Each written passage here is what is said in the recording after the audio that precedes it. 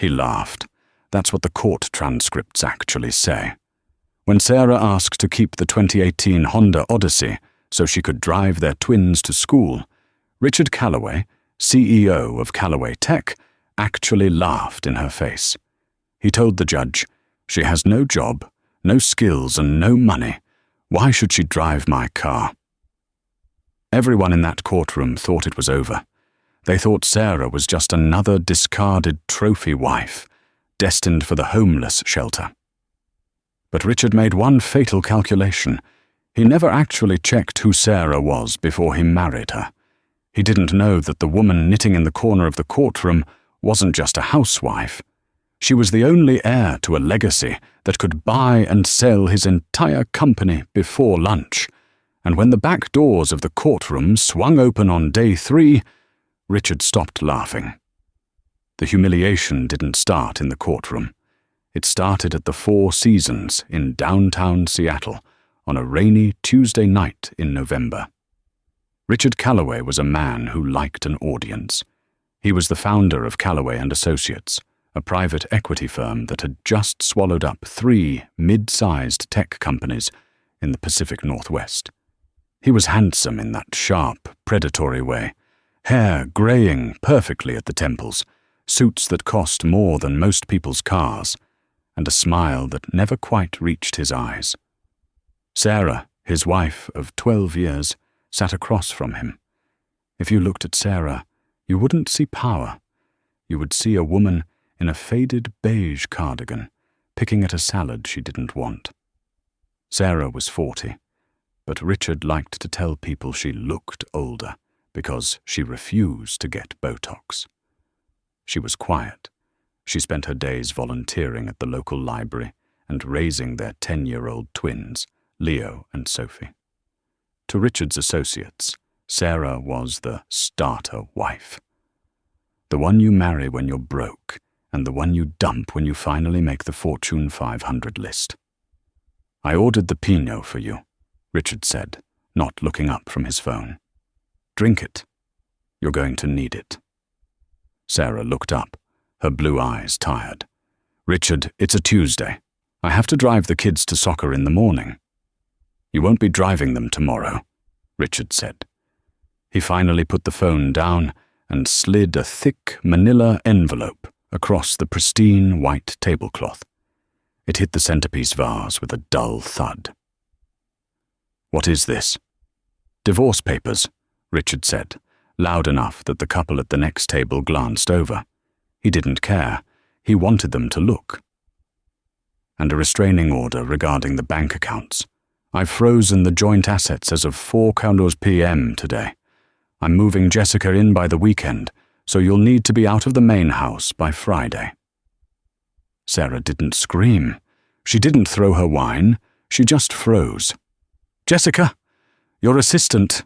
She's 24, Richard."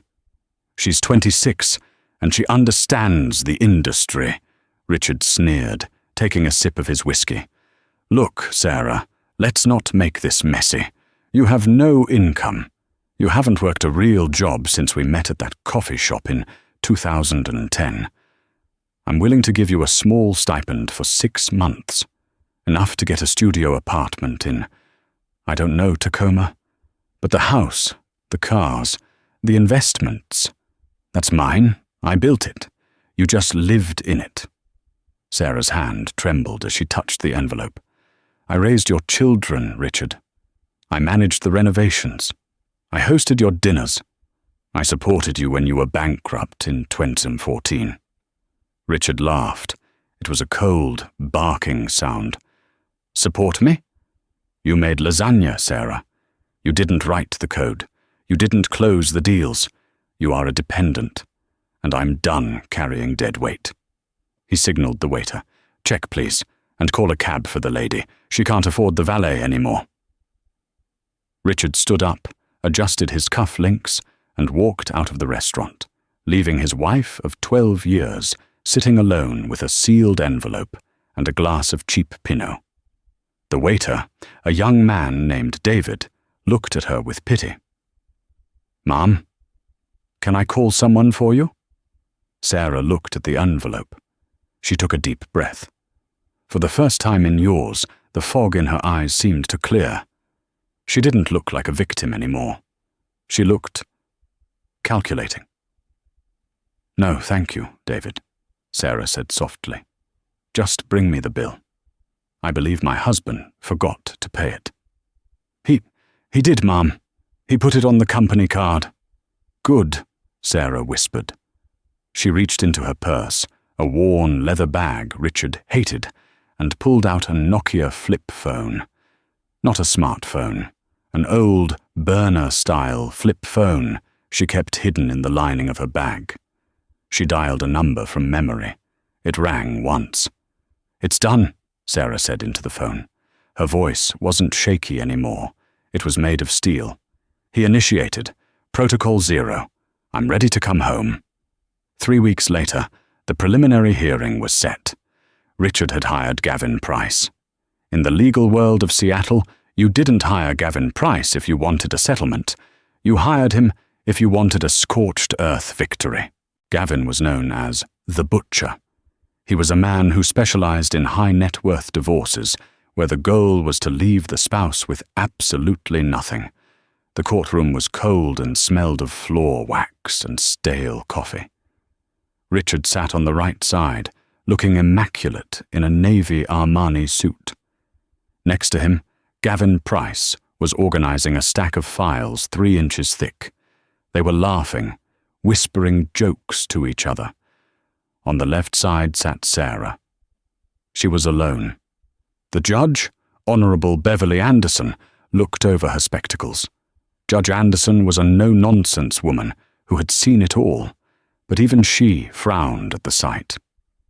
"Mrs. Calloway," the judge asked, "where is your counsel?" Sarah stood up. She was wearing a simple grey dress, bought off the rack at Target years ago. She looked small in the large courtroom. "I am representing myself today, Your Honor." Gavin Price snorted audibly. Richard covered his mouth to hide a smirk. "Your Honor," Gavin stood up, buttoning his jacket. "With all due respect, if Mrs. Calloway cannot afford counsel, perhaps she should have accepted the generous settlement offer my client proposed. We are wasting the court's time." "I can afford counsel," Sarah said, her voice quiet but clear.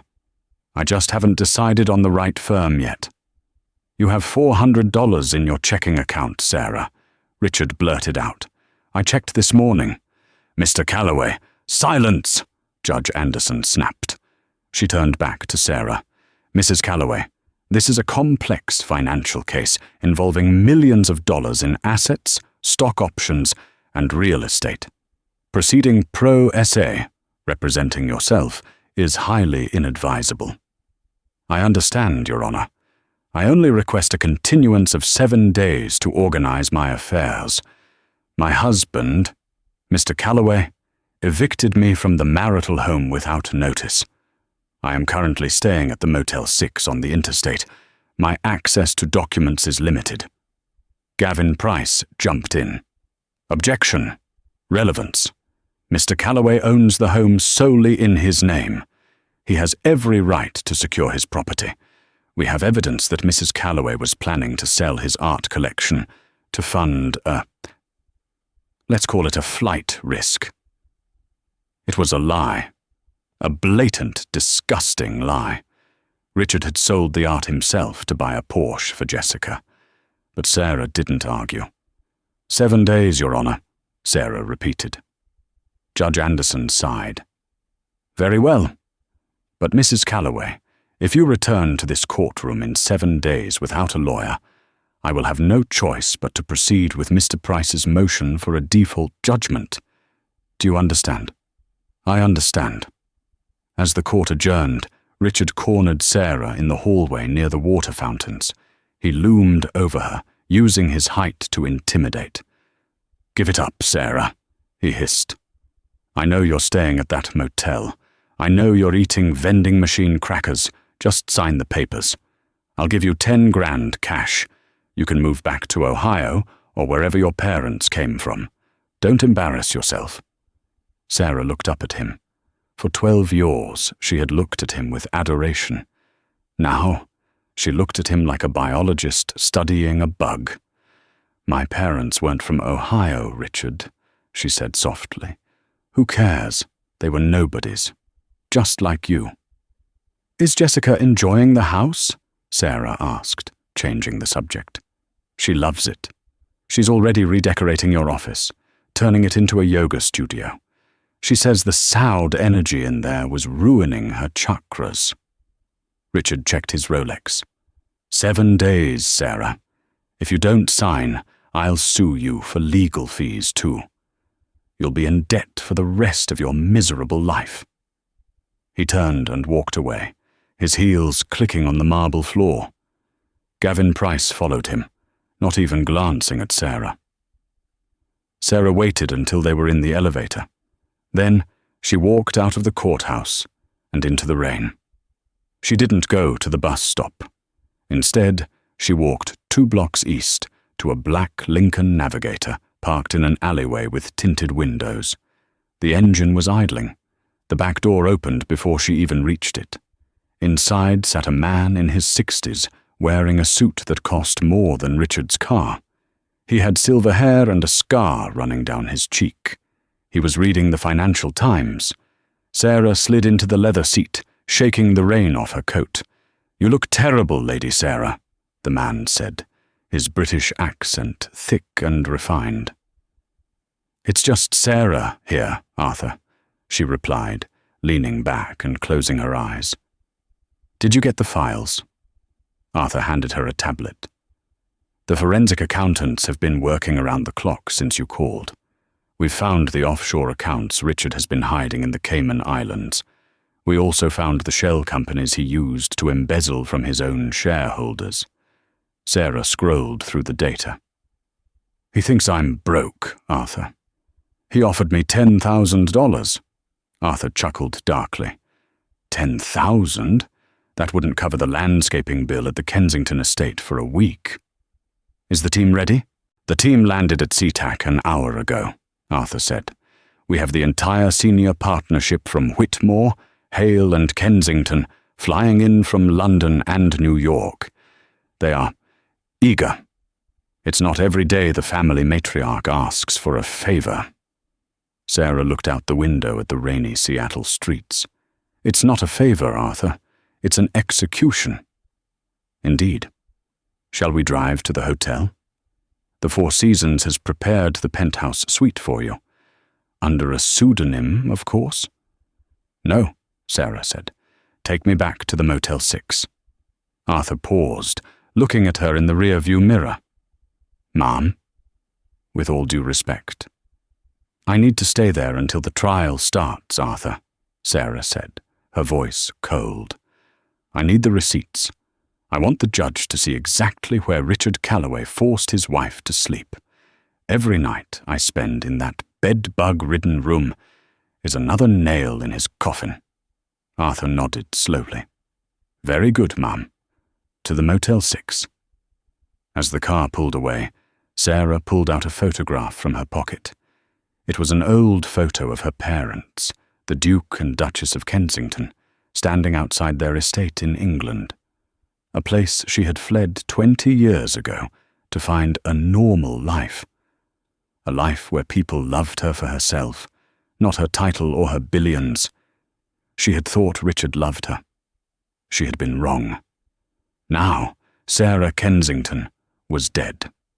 The Duchess was waking up. The Motel 6 room smelled of stale cigarette smoke and lemon pledge, a combination that made Sarah's stomach turn. For 6 days, she had lived out of a suitcase. She ate instant noodles using coffee stirrers as chopsticks. She washed her clothes in the bathtub. But she wasn't idle. While Richard thought she was crying into her pillow, Sarah was coordinating a global strike. Her laptop, encrypted with military-grade security provided by Arthur, was her command center. She wasn't just Sarah Calloway, the discarded housewife, anymore. She was Lady Sarah Elizabeth Kensington, and she was mobilizing the full force of a family fortune that dated back to the 17th century. On the evening of the 6th day, the night before the trial resumed, Richard texted her. "Come to the house, 8 p.m. Last chance to sign the settlement. I'm feeling generous. I might bump it to $15,000 if you don't cry." Sarah stared at the cracked screen of her burner phone. This was it, the moment she needed. She was dressed in her worn-out jeans and the beige cardigan.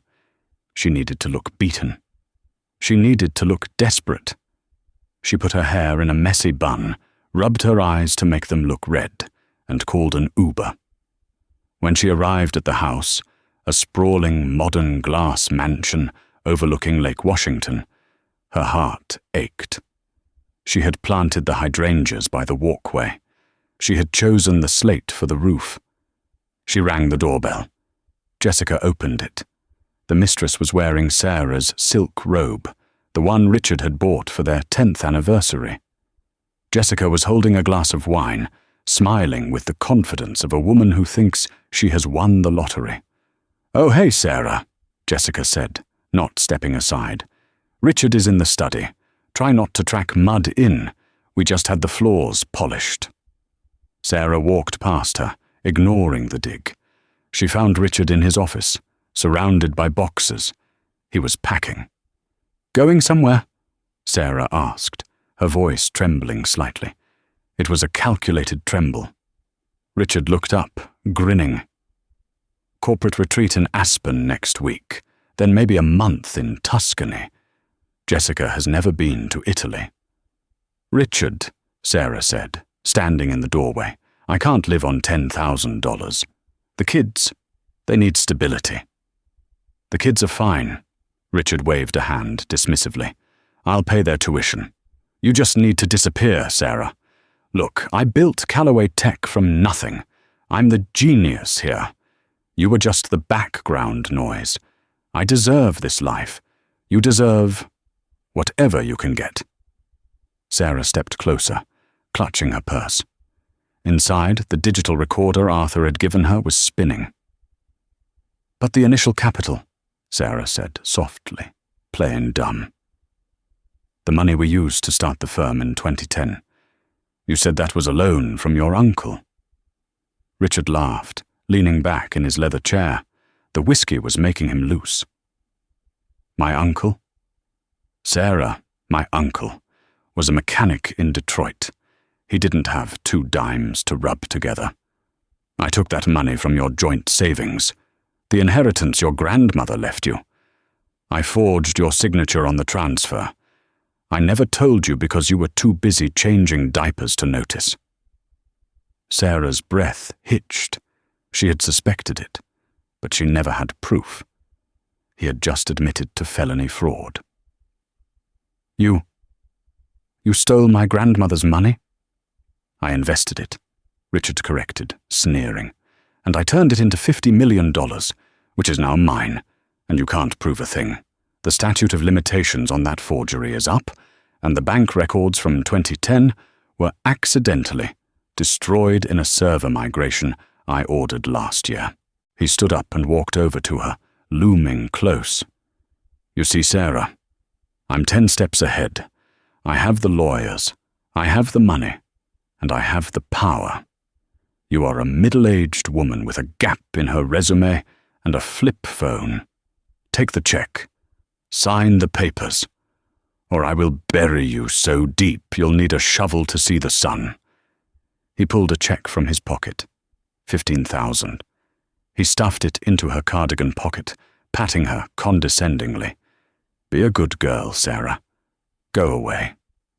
Jessica appeared in the doorway, leaning against the frame.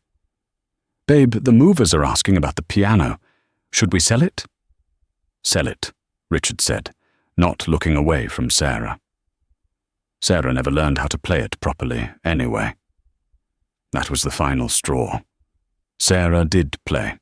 She was a classically trained pianist who had studied at the Royal Academy of Music before she ran away to America. She had stopped playing because Richard said it gave him a headache. Sarah reached into her pocket, touched the check, and then the recorder. "Okay, Richard," she whispered. I'll see you in court tomorrow." "Don't be late," Richard laughed. "Judge Anderson hates latecomers." Sarah turned and walked out. She didn't cry. She didn't look back. As she stepped out into the cool night air, she pulled the check out of her pocket and tore it into confetti, letting the pieces drift onto the driveway she had designed. She dialed Arthur. "Did you get the feed?" she asked. "Crystal clear, ma'am," Arthur's voice came through, sounding grimly satisfied. He admitted to forgery, embezzlement, and fraud. We also have Jessica on tape, conspiring to sell marital assets before the divorce is finalized. That's a violation of the court order. Is the plane here? Touchdown was 10 minutes ago. Your brother insisted on coming personally. Sarah stopped walking. William is here. The Duke thought it appropriate. He says, "Nobody threatens Kensington." Sarah smiled, a genuine, dangerous smile. "Pick me up, Arthur. I'm done with the Motel 6. It's time to get dressed." The next morning, the sky over Seattle was a bruised purple, heavy with impending storm clouds. Inside the King County Courthouse, the air was stagnant. It was 8:55 a.m. Richard Calloway sat at the defendant's table, checking his watch. He looked relaxed, almost bored. He was chatting with Gavin Price, who was already packing up his briefcase, anticipating a quick default judgment. "She's not coming," Gavin said, checking the clock. "Traffic is bad coming from the interstate. If she's 5 minutes late, we move to dismiss her claims." "She's probably crying in her car," Richard chuckled. "She knows she's beaten." In the gallery, a few reporters had gathered. Richard's company was high profile, and a messy divorce was a good copy. They were yawning, expecting a routine beatdown of a helpless spouse. Judge Anderson entered at 9 a.m. sharp. All rise. The bailiff called the case, Calloway versus Calloway, resuming preliminary hearings regarding asset division and spousal support. Judge Anderson looked at the empty table on the left. She frowned. "Mr. Price, where is the plaintiff?" Gavin stood up, feigning concern. "Your Honor, Mrs. Calloway is representing herself. We haven't heard from her. Given her erratic behavior last week, it's possible she has decided to abandon her claims. We move for immediate default judgment in favor of my client, awarding full custody and 0 alimony." "I'll give her 5 more minutes," Judge Anderson said, checking her watch. "But Mr. Price, your motion is noted."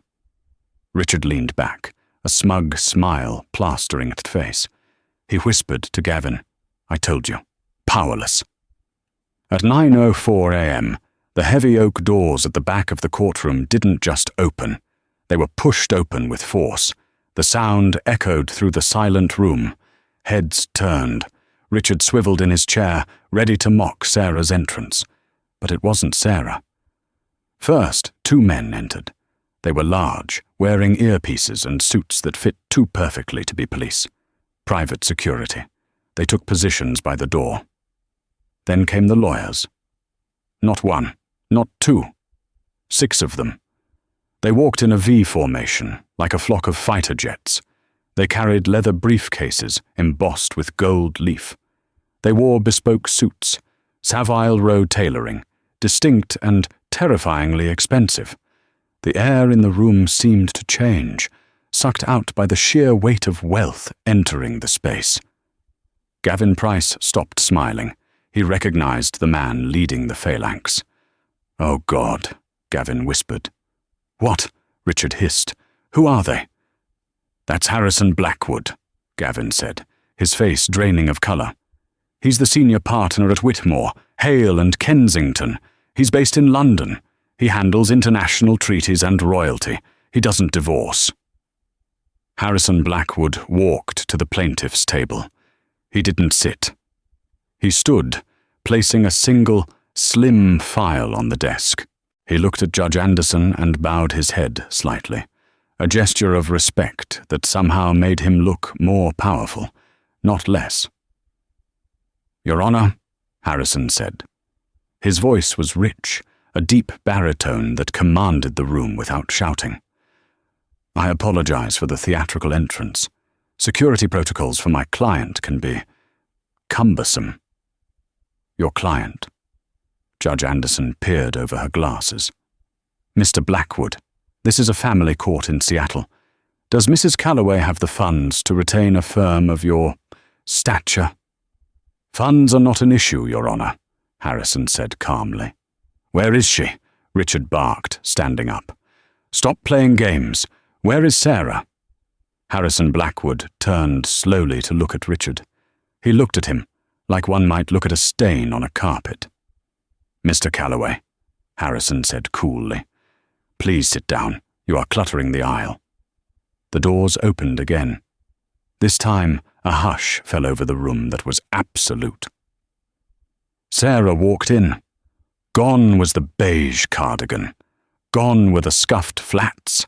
Gone was the messy bun. She was wearing a structured navy dress by Alexander McQueen, sharp and tailored.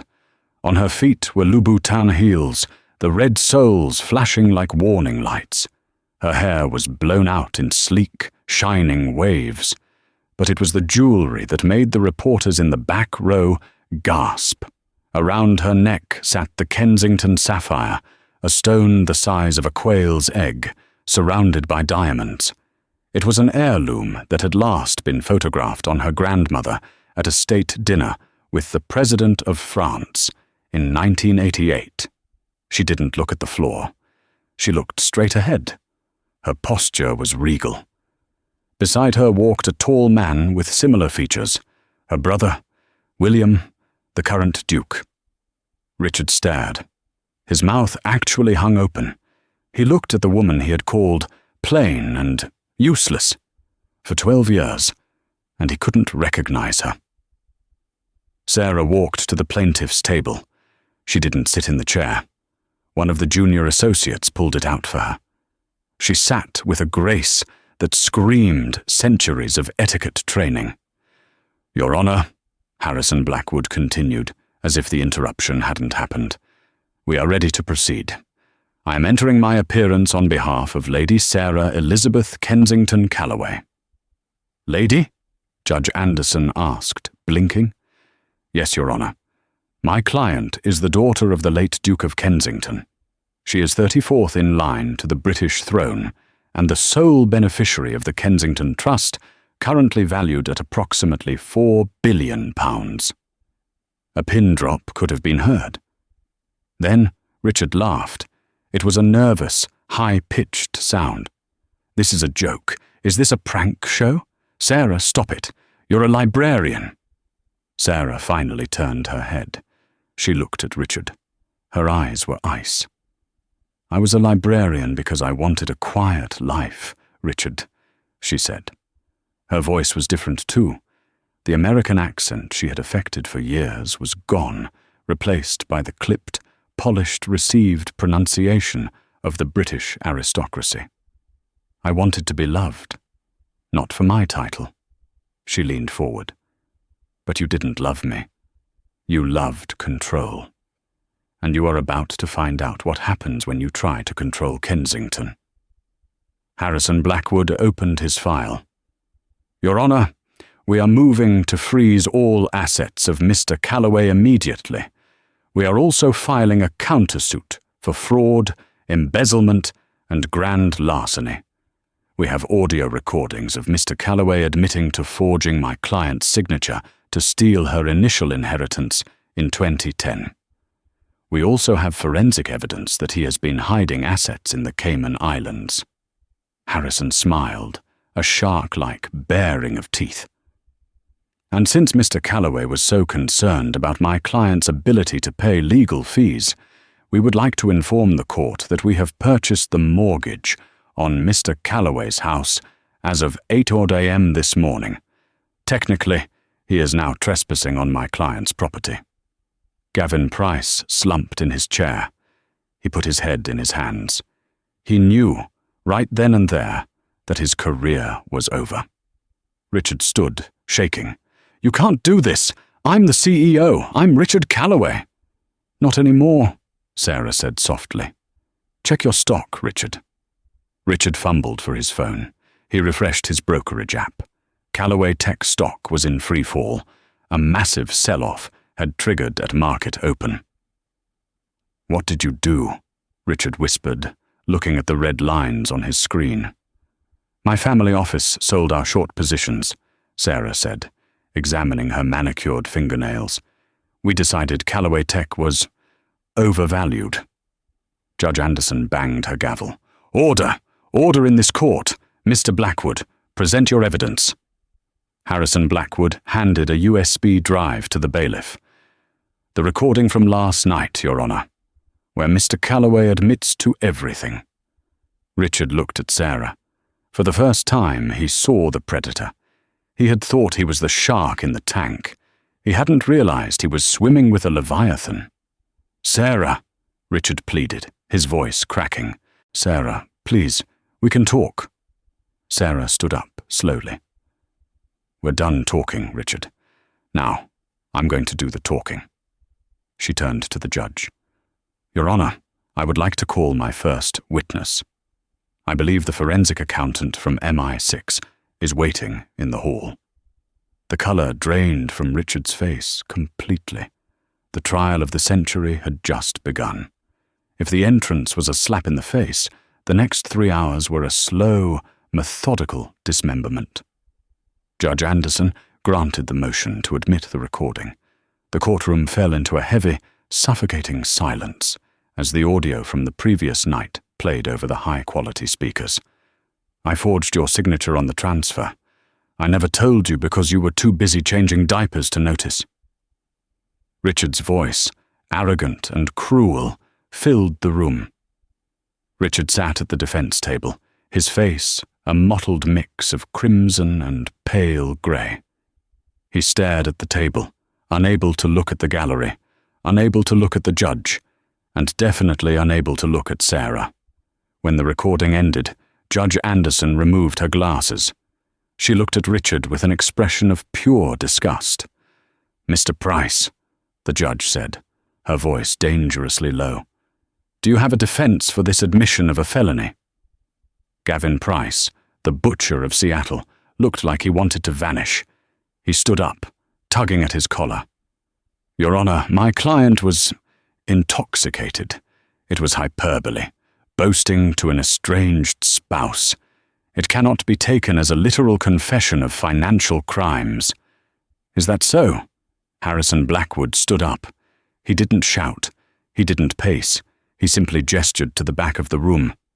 Then let us look at the math. I call Mr. Julian Sterling to the stand. A man in a sharp charcoal suit walked forward. He had the nondescript, forgettable face of a spy, which is exactly what he used to be. Mr. Sterling, Harrison asked, please state your occupation for the court. I am a senior forensic auditor for Kensington Global Security, Sterling said. Formerly, I served for 15 years in the Economic Crimes Unit of British Intelligence. Harrison handed him a clicker. A projector screen lowered. Mr. Sterling, did you trace the funds mentioned in the recording? I did, Sterling said. He clicked a button. A complex web of bank transfers appeared on the screen. It looked like a map of the London Underground, but with dollar signs. In 2010, a transfer of $450,000 was made from the Sarah Kensington Trust, an account Mrs. Callaway believed was dormant, to an account in the Cayman Islands held by a shell company called Blue Horizon. 3 days later, Blue Horizon transferred the exact same amount to Callaway Tech as Angel Investment Capital. Sterling clicked again. A zoomed-in image of a signature appeared. This is the authorization form for the withdrawal, Sterling said. And this, he clicked again, showing a digital overlay, is a handwriting analysis. The pressure points and curvature indicate, with a 99.9% probability, that this signature was not written by Sarah Callaway, but by Richard Callaway. The gallery erupted in whispers.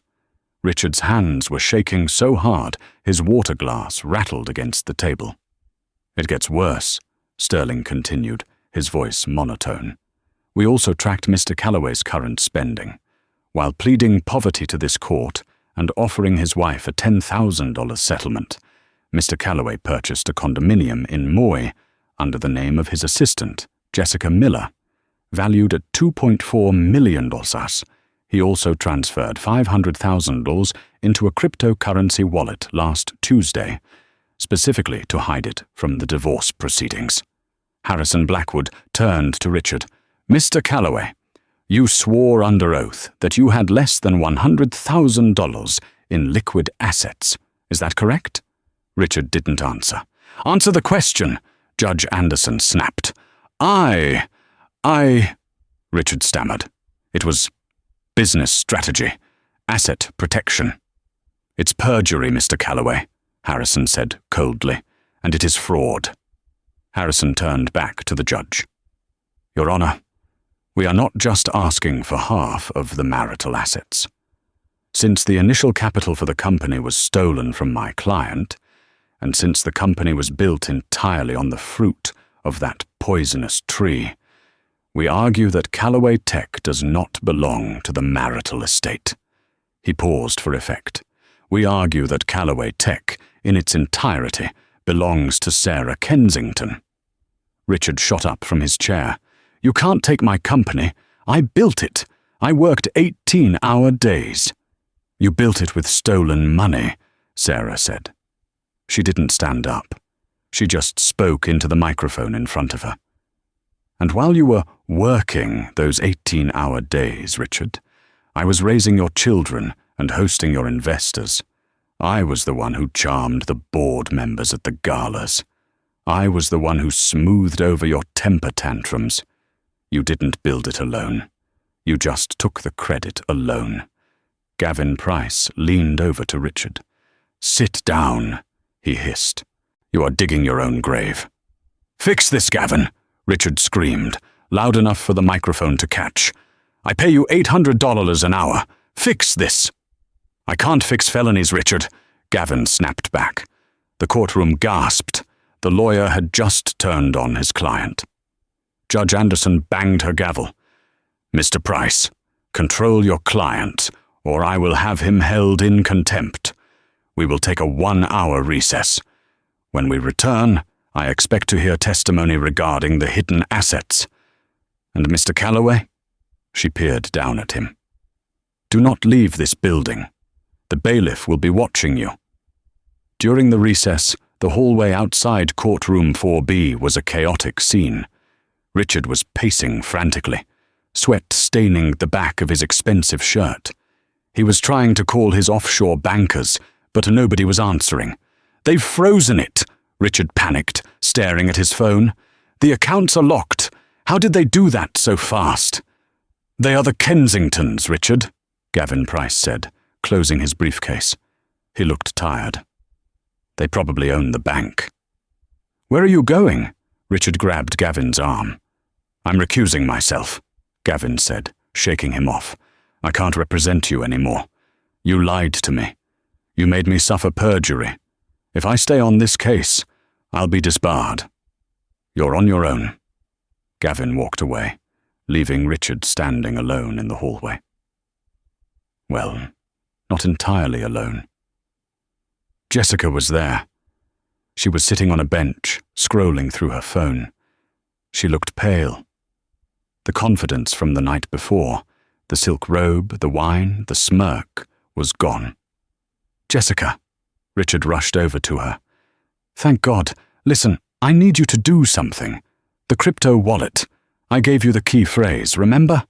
I need you to access it and transfer everything to a non-extradition country. Maybe Belize. We can leave tonight. We'll take the private jet before they ground it." Jessica didn't look up.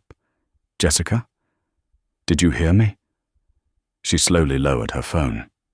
She looked at Richard, and for the first time, he saw something in her eyes he recognized.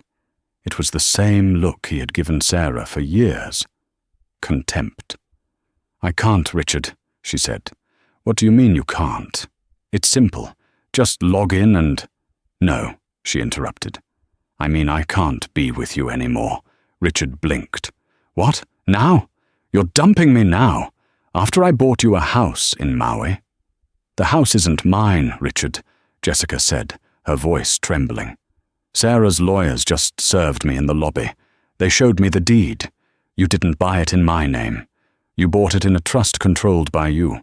If I go down with you, I get nothing. Nothing but a prison sentence for aiding and abetting fraud. I can protect you. I have millions. You have nothing, Jessica hissed, standing up. I just saw the stock ticker. Callaway Tech has dropped 60% in 2 hours. The board of directors is holding an emergency meeting to fire you. It's all over Twitter. She took a step back. And besides, Mr. Blackwood offered me a deal. Richard froze. The blood in his veins turned to ice. What deal? Immunity, Jessica said. If I testify. If I tell them where you kept the physical ledger. The black book. Richard's eyes widened. The black book was his fail-safe. It contained the names of every bribe he had paid to city officials to get zoning permits, every corner he had cut. It was a one-way ticket to federal prison. You wouldn't, Richard whispered. Jessica, I love you. Jessica laughed. It was a bitter, hollow sound. You don't love anyone, Richard. You loved that Sarah was a doormat, and you loved that I was a trophy. But the trophy is broken, and the doormat just turned into a tank. I'm not going to jail for you. She turned and walked toward the courtroom doors, where Harrison Blackwood was waiting. Harrison nodded to her politely, holding the door open. Richard watched as his mistress, the woman he had destroyed his family for, walked straight to his wife's lawyer and shook his hand. He was truly, completely alone. When the court reconvened, the atmosphere was funereal for Richard. He sat at the defense table alone. No lawyer, no friends. Mr. Callaway, do you have new counsel? Judge Anderson asked. No, Your Honor, Richard said, his voice a rasp. Very well. The plaintiff calls Jessica Miller to the stand. Sarah sat perfectly still as Jessica walked to the witness box. They didn't make eye contact. Sarah didn't need to gloat. The destruction was happening on autopilot now. Ms. Miller, Harrison asked, during your relationship with Mr. Callaway, did he ever discuss his plans for the divorce? Yes, Jessica said into the microphone. Her voice was shaky but audible. He told me he planned to starve her out. He said he would hide the assets until Sarah was forced to sign a bad deal. Then he would magically find the money again. And did he keep a record of these hidden assets? Yes. He keeps a physical ledger. It's taped to the underside of the bottom drawer in his antique desk at the office. He thought it was funny. He said, "The best place to hide is right under their noses." Richard put his head on the table. A sob escaped him. Harrison Blackwood turned to the judge.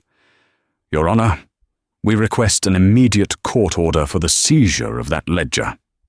Granted, Judge Anderson said immediately. She looked at Richard. And given the flight risk established by the witness testimony and the severity of the financial crimes admitted, I am revoking your bail. Richard's head snapped up. What? Bail is revoked, the judge repeated. Mr. Callaway, you are remanded to custody pending the conclusion of this trial and the filing of federal charges. The bailiff moved in. He pulled Richard's hands behind his back. The click of handcuffs echoed through the room. Sarah! Richard screamed as he was hauled up. He looked at his wife, desperate, wild-eyed. Sarah, please, tell them to stop. Think of the kids. I'm their father. Sarah stood up. She signaled for the bailiff to pause. The room went silent. Was she going to show mercy? Was the weak wife going to surface? Sarah walked over to the railing. She looked Richard in the eye. I am thinking of the kids, Richard, she said calmly. That's why I'm making sure they never see their father bully a woman ever again. You taught them that power means hurting people. I'm going to teach them that power means standing up to people like you." She nodded to the bailiff. "Take him away."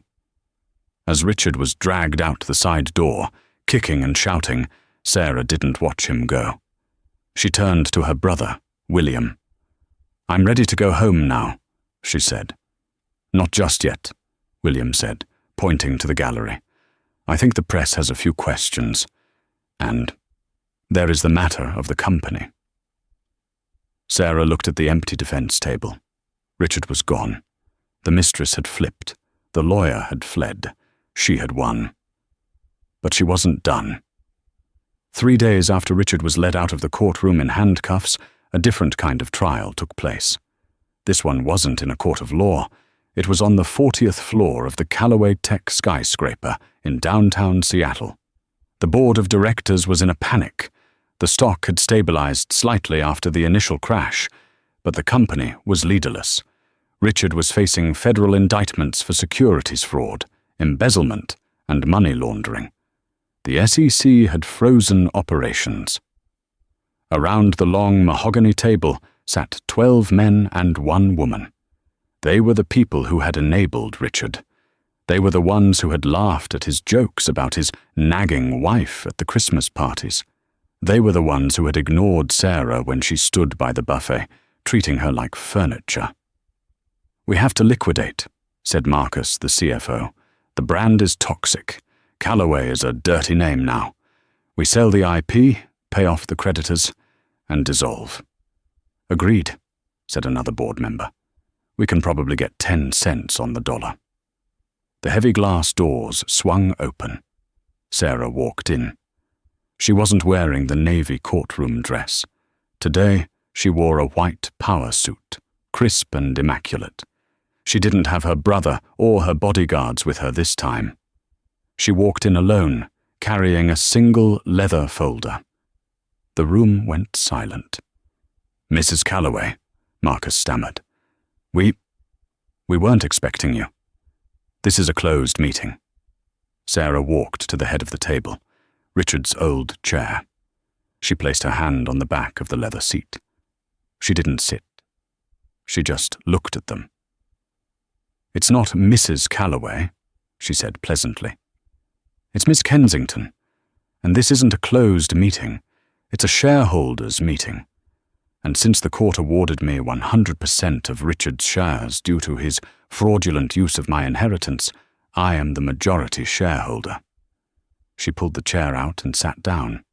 The silence was heavy enough to crush a lung. "Now," Sarah said, opening her folder, "I heard someone say, 'liquidate.' Marcus, was that you?"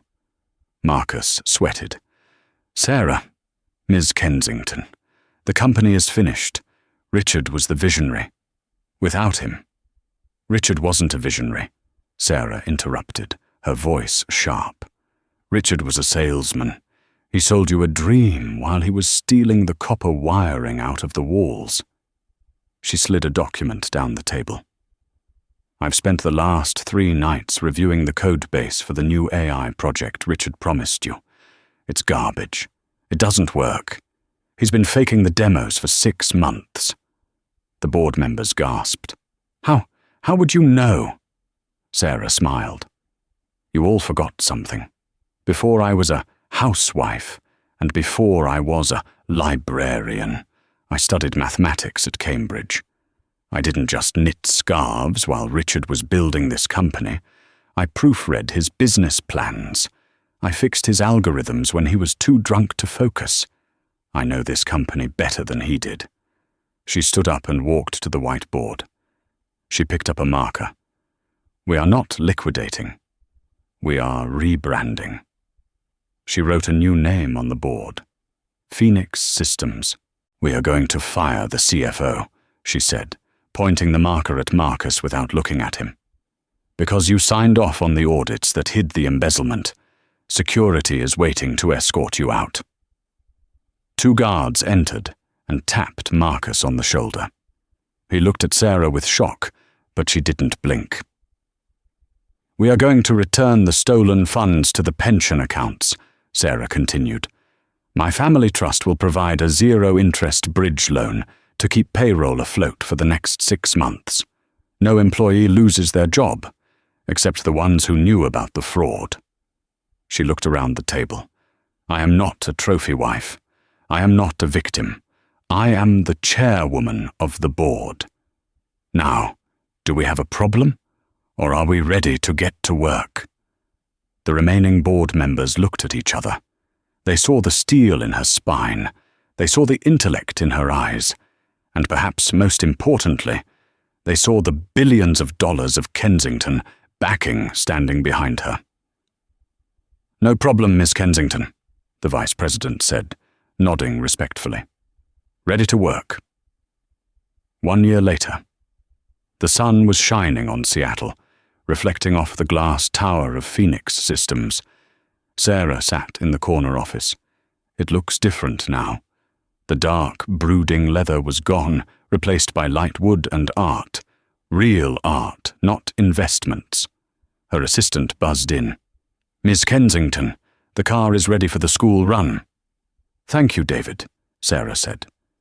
She hired David, the waiter from the restaurant who had shown her kindness that first night, to be her executive assistant.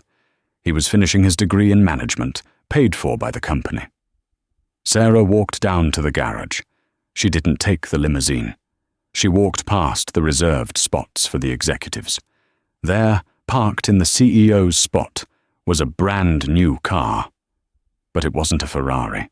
It wasn't a Porsche. It was a top-of-the-line, fully loaded Honda Odyssey. Sarah smiled as she unlocked it. It was a little joke to herself. A reminder. She drove to the private school. The twins, Leo and Sophie, ran out, laughing. They looked lighter, happier. The shadow of their father's temper was gone. "Mom!" Leo shouted, throwing his backpack in the trunk.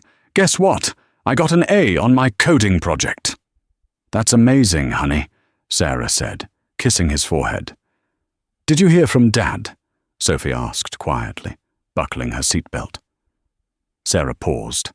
She looked in the rearview mirror. "I did," Sarah said honestly. "The lawyer's called.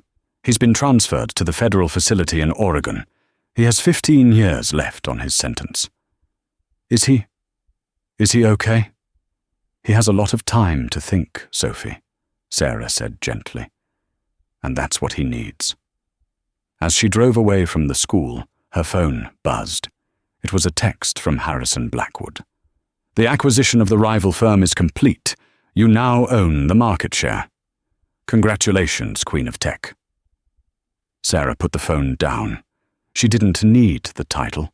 She didn't need the validation. She rolled down the window, letting the cool Pacific air hit her face.